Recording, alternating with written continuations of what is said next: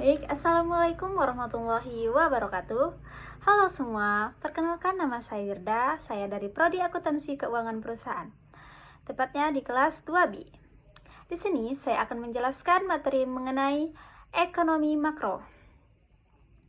Baik, sebelum masuk ke penjelasan, yaitu penjelasan setiap slide, saya akan menjelaskan apa sih yang dimaksud dengan ekonomi makro.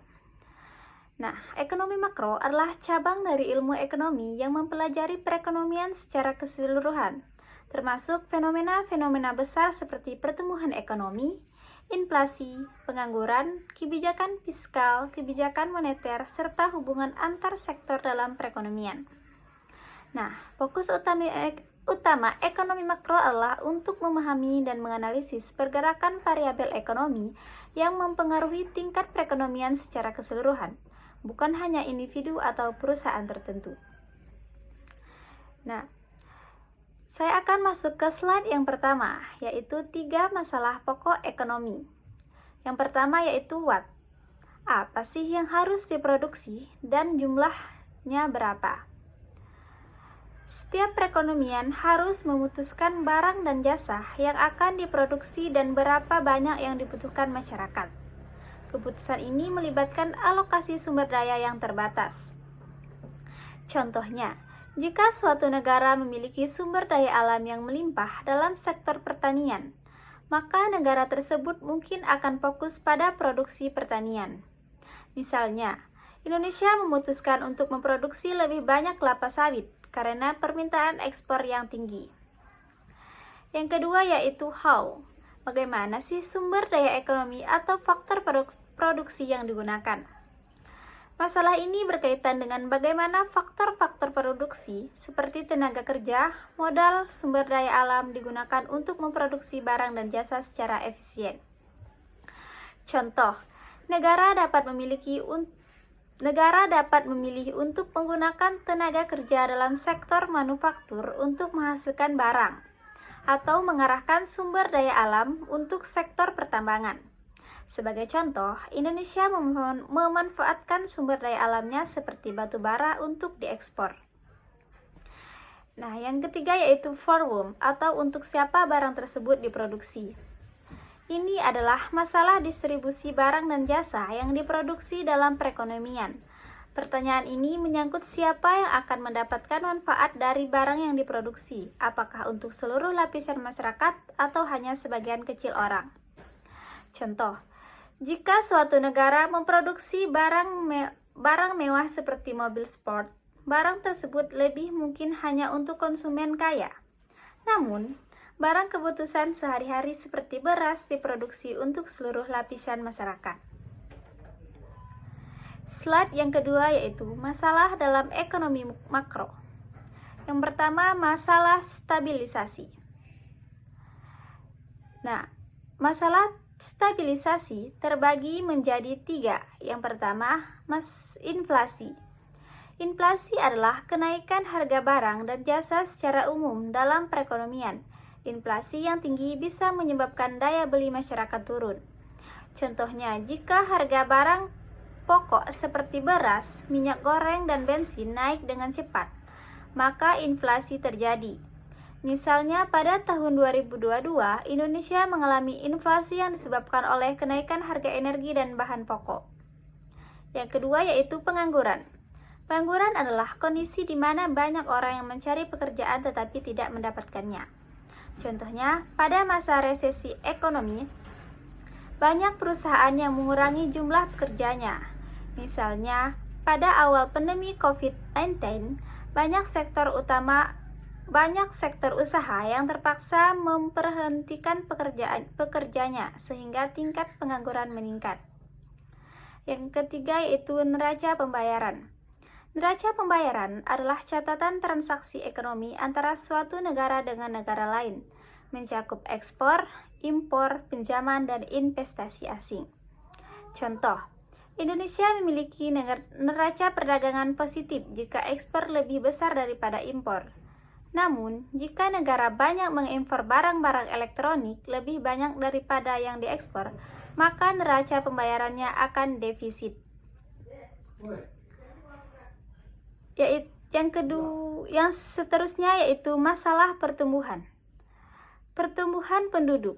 Pertumbuhan penduduk yang cepat dapat meningkatkan permintaan terhadap barang dan jasa yang memerlukan peningkatan kapasitas produksi. Contohnya, neraca dengan tingkat kelahiran yang tinggi seperti India harus meningkatkan kapasitas infrastruktur, rumah sakit, sekolah, dan pekerjaan untuk memenuhi kebutuhan populasi yang berkembang pesat. Yang kedua yaitu kapasitas produksi. Kapasitas produksi adalah kemampuan suatu negara untuk memproduksi barang dan jasa yang dipengaruhi oleh faktor-faktor seperti teknologi, tenaga kerja, dan modal. Contoh, negara-negara maju dengan teknologi tinggi seperti Jepang memiliki kapasitas produksi yang lebih tinggi karena mereka menggunakan teknologi canggih dalam memproduksi barang-barang elektronik. Yang ketiga yaitu investasi. Investasi merujuk pada pengeluaran untuk barang modal yang digunakan untuk meningkatkan kapasitas produksi di masa depan. Contoh, negara yang berinvestasi dalam pembangunan infrastruktur seperti jalan tol, pelabuhan, atau pabrik baru akan dapat meningkatkan kapasitas produksinya dan mendukung pertumbuhan ekonomi di masa depan. Next, selanjutnya yaitu perekonomian nasional. Di dalam perekonomian nasional terdapat pendapatan nasional. Pendapatan nasional adalah jumlah total pendapatan yang diterima oleh seluruh rumah tangga di suatu negara dari faktor-faktor produksi dalam suatu periode. Contoh, pendapatan yang diterima oleh seluruh rumah tangga di Indonesia dari pekerjaan mereka di sektor pertanian, industri, dan jasa pada tahun tertentu. Yang kedua yaitu produk nasional. Produk nasional adalah nilai total barang dan jasa yang diproduksi oleh suatu negara dalam periode waktu tertentu. Biasanya dihitung sebagai produksi domestik bruto atau PDB. Contoh, produk nasional Indonesia meliputi barang dan jasa yang diproduksi di dalam negeri seperti mobil, makanan, dan pakaian. Yang ketiga yaitu tingkat kesempatan kerja. Tingkat kesempatan kerja menunjukkan seberapa banyak orang yang mampu bekerja dalam memperoleh penghasilan. Contohnya, tingkat kesempatan kerja yang tinggi terjadi ketika banyak orang yang dapat memperoleh pekerjaan. Sebaliknya, jika banyak orang yang menganggur, maka tingkat kesempatan kerja akan rendah.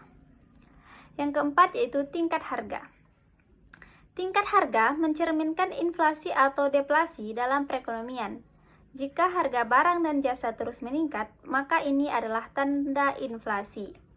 Contohnya, kenaikan harga barang-barang seperti sembako atau bahan bakar di Indonesia menunjukkan terjadinya inflasi. Yang kelima yaitu neraca pembayaran. Neraca pembayaran menunjukkan aliran uang yang masuk dan keluar dari suatu negara, yang mencakup transaksi ekspor, impor, investasi asing, dan pembayaran internasional lainnya. Contohnya, jika Indonesia mengekspor lebih banyak barang daripada mengimpor, maka negara tersebut memiliki neraca pembayaran yang surplus. Next, slide yang keempat yaitu 4 sektor dalam perekonomian. Yang pertama, sektor keluarga atau personal sektor. Rumah tangga yang berperan sebagai konsumen dan penyedia faktor produksi seperti tenaga kerja, modal, dan lain-lain. Contohnya, keluarga yang bekerja di sektor pertanian atau industri dan menggunakan penghasilan mereka untuk membeli barang-barang konsumsi. Yang kedua yaitu sektor perusahaan atau business sector.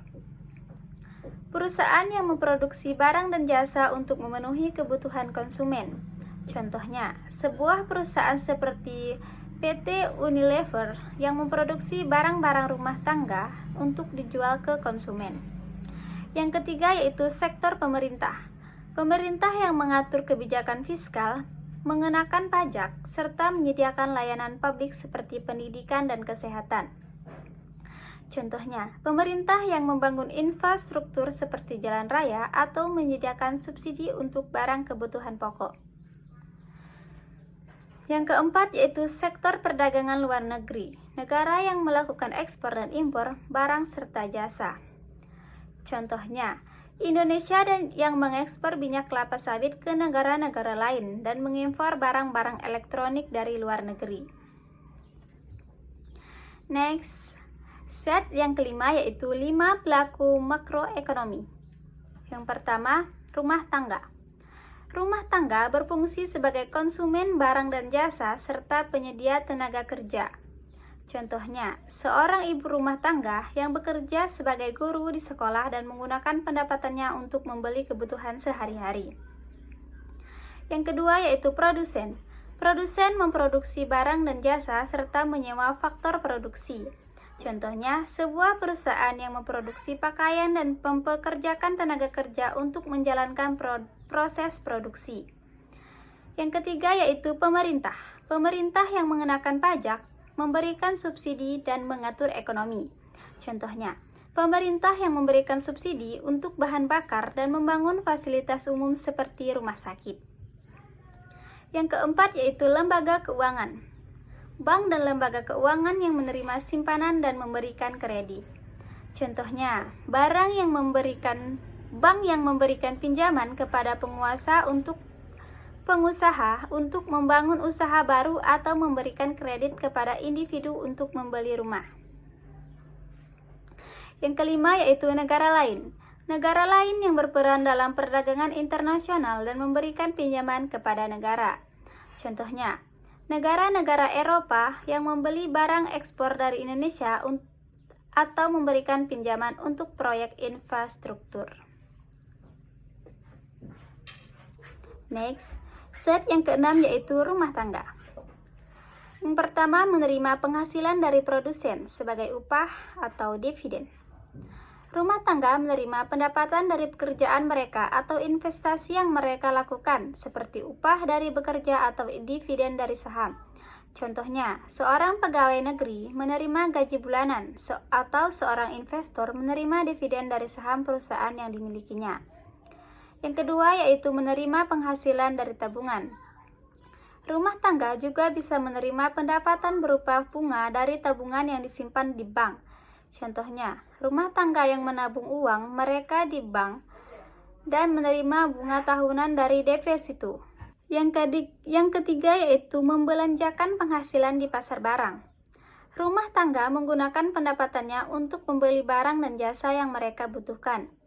Contoh, seorang ibu rumah tangga membeli makanan dan barang kebutuhan lainnya di pasar. Yang keempat yaitu menyisihkan penghasilan untuk ditabung. Sebagian penghasilan juga bisa disisihkan untuk ditabung demi masa depan. Contohnya, sebagian orang menabung 10% dari pendapatannya setiap bulan untuk persiapan pendidikan anak atau pensiun. Yang kelima yaitu membayar pajak kepada pemerintah. Rumah tangga membayar pajak penghasilan atau pajak lainnya kepada pemerintah untuk mendukung pembiayaan publik. Contohnya, seorang karyawan membayar pajak penghasilan bulanan berdasarkan pendapatannya. Dan peran yang keenam yaitu perlu uang untuk kebutuhan sehari-hari. Rumah tangga membutuhkan uang untuk memenuhi kebutuhan dasar seperti makanan, transportasi, dan lainnya. Contoh, uang yang diperoleh digunakan untuk membeli makanan, pakaian, dan kebutuhan dasar lainnya. Next, set yang ketujuh yaitu produsen. Produsen berperan sebagai yang pertama memproduksi dan menjual barang dan jasa. Produsen memproduksi barang dan jasa untuk dijual di pasar. Contohnya, sebuah pabrik mobil memproduksi kendaraan untuk dijual kepada konsumen. Yang kedua, menyewa faktor produksi. Produsen menyewa atau membeli faktor produksi seperti tenaga kerja, modal, dan sumber daya alam. Contoh, sebuah perusahaan yang membutuhkan tenaga kerja untuk merakit mobil dan membeli mesin-mesin untuk proses produksi. Yang ketiga yaitu membutuhkan kredit usaha. Produsen seringkali memerlukan kredit atau pinjaman untuk membiayai kegiatan produksinya.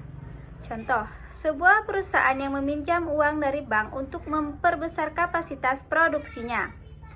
Yang keempat yaitu memerlukan tenaga kerja. Produsen membutuhkan pekerja untuk menjalankan proses produksi. Contoh, sebuah pabrik pakaian membutuhkan pekerja untuk menjahit, memotong kain, dan mengemas produk jadi. Next, slide yang ke-8 yaitu pemerintah. Di sini pemerintah berperan sebagai yang pertama, menarik pajak. Pemerintah mengumpulkan pajak dari masyarakat dan perusahaan untuk mendanai pengeluaran publik. Contohnya, pemerintah Indonesia mengenakan pajak penghasilan kepada individu dan pajak korporasi kepada perusahaan. Yang kedua yaitu memberikan subsidi. Pemerintah memberikan subsidi untuk barang atau sektor tertentu agar harga berlebih terjangkau bagi masyarakat. Contoh, pemerintah memberikan subsidi untuk bahan bakar seperti bensin atau gas LPG agar lebih terjangkau bagi masyarakat.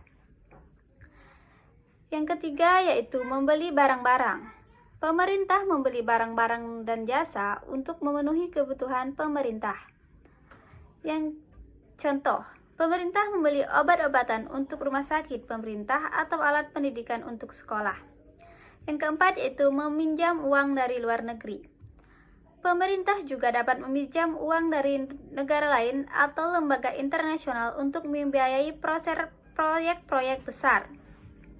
Contoh, pemerintah Indonesia meminjam dana dari Bank Dunia untuk membangun infrastruktur jalan raya. Yang kelima yaitu menjual surat-surat berharga. Pemerintah dapat menjual obligasi atau surat utang kepada masyarakat atau lembaga keuangan untuk mendapatkan dana. Contohnya, pemerintah Indonesia menerbitkan obligasi negara yang dapat dibeli oleh individu atau institusi keuangan. Next, set yang berikutnya yaitu lembaga keuangan. Nah, lembaga keuangan berperan sebagai yang pertama menerima simpanan tabungan atau deposito dari rumah tangga. Lembaga keuangan menerima tabungan dari rumah tangga dan memberikan bunga sebagai imbalan. Contohnya, bank yang menerima deposito dari individu dan memberikan bunga setiap tahun. Yang kedua yaitu menyediakan kredit. Lembaga keuangan memberikan kredit kepada individu atau perusahaan untuk berbagai keperluan. Contohnya, bank yang memberikan kredit pemilikan rumah atau KPR kepada nasabah. Yang ketiga yaitu menyediakan uang. Lembaga keuangan berperan dalam menyediakan uang yang dibutuhkan oleh perekonomian. Contohnya, bank yang menyediakan layanan penarikan tunai atau transfer uang antar rekening. Next, slide yang ke-10 yaitu negara lain. Di sini negara lain berperan sebagai yang pertama membeli barang-barang atau impor. Negara lain membeli barang-barang dari negara lain untuk memenuhi kebutuhannya. Contohnya, negara Jepang mengimpor minyak mentah dari Indonesia untuk kebutuhan energi. Yang kedua yaitu menjual barang-barang atau ekspor. Negara mengekspor barang dan jasa ke negara lain untuk mendapatkan pemasukan. Contohnya, Indonesia mengekspor kelapa sawit ke Eropa dan Cina. Yang ketiga yaitu menyediakan kredit atau pinjaman. Negara lain memberikan pinjaman kepada negara lain untuk mendukung pembangunan. Contohnya, China memberikan pinjaman kepada negara-negara Afrika untuk membangun infrastruktur. Next, slide yang ke-11 yaitu 4 pasar. Yang pertama yaitu pasar barang. Pasar di mana barang dan jasa yang diperdagangkan antara produsen dan konsumen. Contohnya, supermarket tempat konsumen membeli barang kebutuhan sehari-hari. Yang kedua yaitu pasar uang. Pasar uang adalah pasar di mana uang dipertukarkan, biasanya melalui lembaga keuangan. Contohnya, bank sebagai tempat untuk menabung atau mendapatkan kredit. Yang ketiga yaitu pasar tenaga kerja. Pasar tenaga kerja adalah pasar di mana tenaga kerja dibeli dan dijual. Ini adalah tempat di mana perusahaan mencari pekerja dan pekerja mencari pekerjaan. Contohnya, situs web lowongan pekerjaan tempat perusahaan mencari kandidat untuk posisi tertentu. Yang keempat yaitu pasar luar negeri. Pasar luar negeri adalah pasar di luar negeri, tempat negara mengekspor barang dan membeli barang. Contohnya, pasar internasional di mana Indonesia mengekspor tekstil dan mengimpor mobil dari Jepang. Next, slide yang selanjutnya yaitu pendapatan nasional. Pendapatan nasional adalah jumlah total pendapatan yang diterima oleh seluruh rumah tangga di suatu negara dari faktor produksi dalam suatu periode, biasanya setahun. Contohnya, pendapatan yang diterima oleh masyarakat Indonesia dari gaji, dividen, dan investasi selama setahun. Next, slide yang ke-13 yaitu pendapatan nasional 3 pendapatan. Yang pertama, pendekatan produksi atau product approach. Menghitung pendapatan nasional berdasarkan produksi barang dan jasa dalam suatu negara. Contoh, menghitung PDB dari sektor-sektor seperti pertanian, manufaktur, dan jasa. Yang kedua yaitu pendekatan pendapatan atau income approach. Menghitung pendapatan nasional berdasarkan jumlah balas jasa yang diterima oleh faktor produksi seperti upah, bunga, sewa, dan keuntungan. Contohnya, menghitung total upah yang dibayar kepada pekerja dan keuntungan yang diterima oleh perusahaan. Yang ketiga yaitu pendekatan pengeluaran atau expenditure approach. Menghitung pendapatan nasional berdasarkan total pengeluaran untuk barang dan jasa akhir.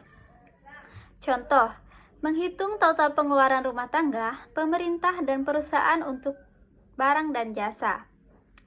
Next, slide yang berikutnya yaitu pendekatan produksi. Pendekatan produksi menghitung pendapatan nasional berdasarkan output yang dihasilkan dari berbagai sektor ekonomi. Contoh, sektor pertanian menghasilkan hasil seperti padi dan jagung, sektor manufaktur menghasilkan barang elektronik, sektor jasa menghasilkan layanan pendidikan dan kesehatan. Next, slide yang selanjutnya yaitu pendekatan pendapatan. Pendekatan pendapatan menghitung pendapatan nasional berdasarkan pendapatan yang diterima oleh faktor produksi dalam proses produksi. Contoh, upah yang diterima oleh pekerja, bunga dari modal, dan keuntungan yang diterima oleh pengusaha. Next, yang selanjutnya itu pendekatan pengeluaran. Pendekatan pengeluaran menghitung pendapatan nasional berdasarkan total pengeluaran untuk barang dan jasa akhir dalam perekonomian. Contoh, pengeluaran konsumsi rumah tangga untuk membeli barang, pengeluaran pemerintah untuk infrastruktur, serta ekspor dan impor. Next, penjelasan berikutnya yaitu pendekatan pengeluaran. Formula pengeluaran total Y sama dengan C plus I plus G plus dalam kurung X dikurang M tutup kurung, menjelaskan komponen-komponen yang membentuk pengeluaran total dalam perekonomian. Contoh, C yaitu pengeluaran konsumsi rumah tangga untuk barang dan jasa. I, pengeluaran investasi oleh perusahaan untuk barang modal. G, pengeluaran pemerintah untuk barang dan jasa. X dikurang M yaitu ekspor neto, yaitu selisih antara ekspor dan impor. Next, penjelasan berikutnya yaitu mengenai indikator ekonomi turunan PDB. Yang pertama, produk nasional bruto atau PNB. PDB ditambah pendapatan neto dari luar negeri. Contoh, jika Indonesia menerima dividen dari perusahaan luar negeri, itu akan ditambahkan pada PDB untuk menghitung PNB. Yang kedua yaitu produk nasional neto atau PNN. PDB dikurangi penyusutan depresiasi atau barang modal tetap. Contoh, mengurangi nilai PDB dengan depresiasi dari mesin yang digunakan dalam produksi. Yang ketiga yaitu angka per kapita. Angka per kapita adalah menghitung indikator ekonomi. Angka per kapita digunakan untuk mengukur kesejahteraan ekonomi rata-rata per individu dalam suatu negara. Indikator ini dihitung dengan membagi PDB atau indikator ekonomi lainnya dengan jumlah penduduk pada tahun tertentu. Contoh, jika PDB negara adalah 500 triliun dan jumlah penduduknya adalah 250 juta orang, maka PDB per kapita adalah 2 juta per orang. Ini menunjukkan pendapatan rata-rata per individu di negara tersebut. Next, yang selanjutnya yaitu manfaat perhitungan pendapatan nasional.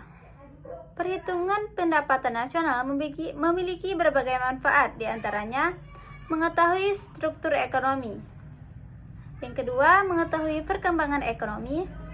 Yang ketiga yaitu membandingkan perekonomian antar wilayah atau negara. Yang keempat yaitu dasar pengambilan kebijakan. Pendapatan nasional digunakan oleh pemerintah untuk merumuskan kebijakan ekonomi, seperti kebijakan fiskal, kebijakan perpajakan, atau kebijakan bantuan.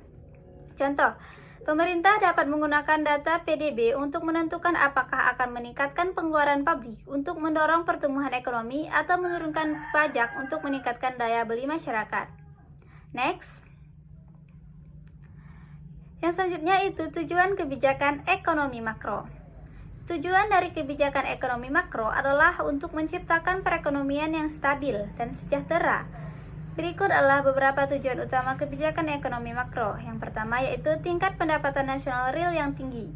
Perekonomian yang menghasilkan banyak barang dan jasa dengan harga yang stabil. Kebijakan bertujuan untuk mendorong pertumbuhan ekonomi yang berkelanjutan.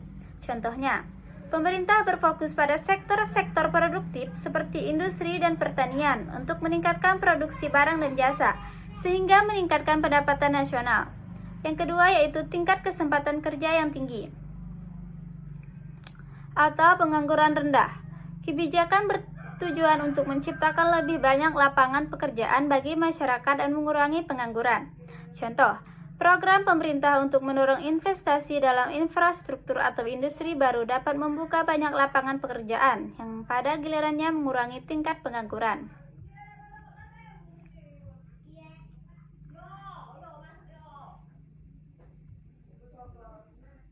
Yang ketiga yaitu kondisi perekonomian yang stabil atau inflasi yang rendah dan terkontrol. Kebijakan ekonomi makro bertujuan untuk menjaga inflasi tetap rendah agar daya beli masyarakat tidak tergerus.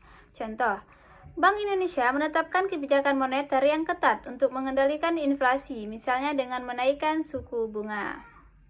Yang keempat yaitu peningkatan kapasitas produksi nasional yang tinggi. Memaksimalkan potensi ekonomi untuk memproduksi barang dan jasa dalam jumlah besar dan efisien. Contoh, pemerintah meluncurkan program untuk meningkatkan infrastruktur dan teknologi dalam sektor manufaktur, yang pada akhirnya dapat meningkatkan kapasitas produksi industri. Yang kelima yaitu distribusi pendapatan yang merata atau keadilan sosial. Salah satu tujuan kebijakan ekonomi makro adalah mengurangi ketimpangan pendapatan antara kelompok kaya dan miskin dalam masyarakat. Contoh, pemerintah memberikan bantuan sosial kepada keluarga miskin dan mengembangkan program-program pendidikan untuk meningkatkan kesempatan kerja bagi mereka. Yang terakhir yaitu neraca pembayaran yang berimbang. Tujuan kebijakan ekonomi makro adalah memastikan bahwa perekonomian memiliki keseimbangan dalam perdagangan internasional dengan ekspor yang lebih atau setidaknya sama dengan impor. Contoh, pemerintah Indonesia menerapkan kebijakan yang mendukung ekspor, seperti peningkatan kualitas produk atau promosi pasar internasional untuk memperbaiki neraca perdagangan. Nah, sekian penjelasan dari saya ucapkan terima kasih. Wassalamualaikum warahmatullahi wabarakatuh.